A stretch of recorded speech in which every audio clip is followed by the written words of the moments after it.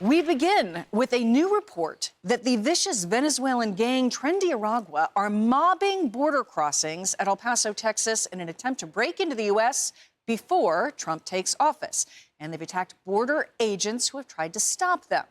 According to the New York Post, at least 20 TDA members tried to force their way into the U.S. last week, attacking border agents with knives, tire irons, and broken liquor bottles. Texas officials reportedly believe another break-in is expected later tonight. They were alerted by an anonymous informant who said the violent border break-ins by the gang would continue every night around 3 a.m. One retired Homeland Security agent describing the prison gang like this, quote, "They hate the United States just like terrorists do, and they will kill, destroy, take over businesses, take over stores, and take over apartment complexes, do whatever they have to do to destroy our way of life in the U.S." And the new violence is happening just miles from the scene of this migrant riot back in March. These migrants were not armed gang members, but several Texas service members were still injured in this blitz. Now, incoming border czar Tom Homan says it's time to deport Tren de Aragua and make America safe.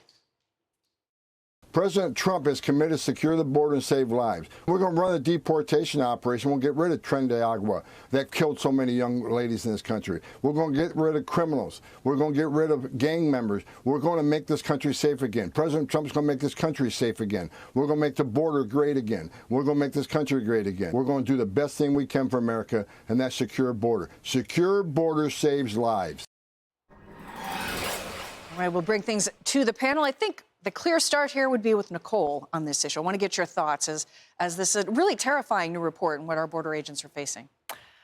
It's very, very dangerous there at the border, and I cannot tell you enough how much we need to have gratitude for what those law enforcement officers are trying to do. They are trying to put their safety behind public safety. And Governor Abbott recently named Tren de Aragua a foreign terrorist organization group, and that is that's a big deal. And that does allow law enforcement to put more resources, more funding when the threat is at the highest level, then they can actually go and address the threat. And that's what Americans need right now. And I am a Texan, and I can respect the fact that Texas has taken the brunt of this migrant issue and this border crisis. It is absolute chaos. But good for Governor Abbott to get in there and say, you know what, enough is enough. And what is disturbing to me is that this administration has fought him every step of the way.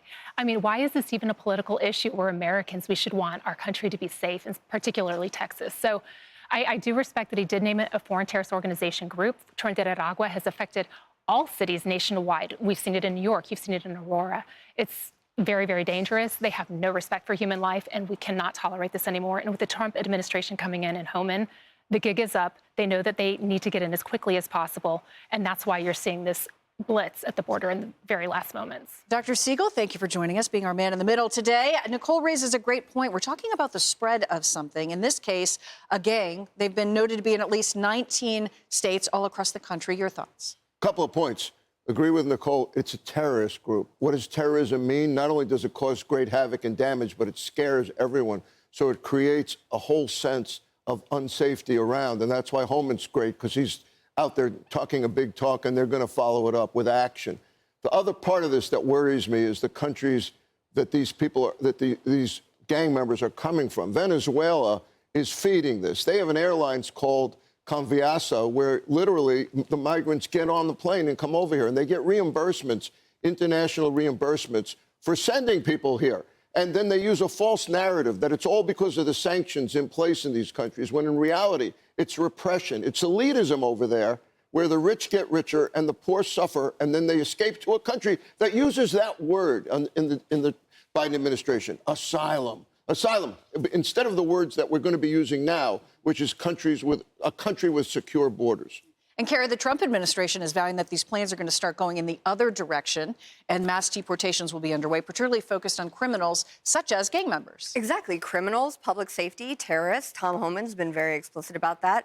But I think they understand that they need to stop the bleeding. You get me, Dr. Siegel, right? So stop the bleeding, cauterize the wound, and that's how you're going to make Americans safer. So instead of incentivizing all of these people to come here, you must deter. No incentivizing, deterrence, deterrence, deterrence. We see it in the geopolitical stage. It works there. It's going to work at our borders, too.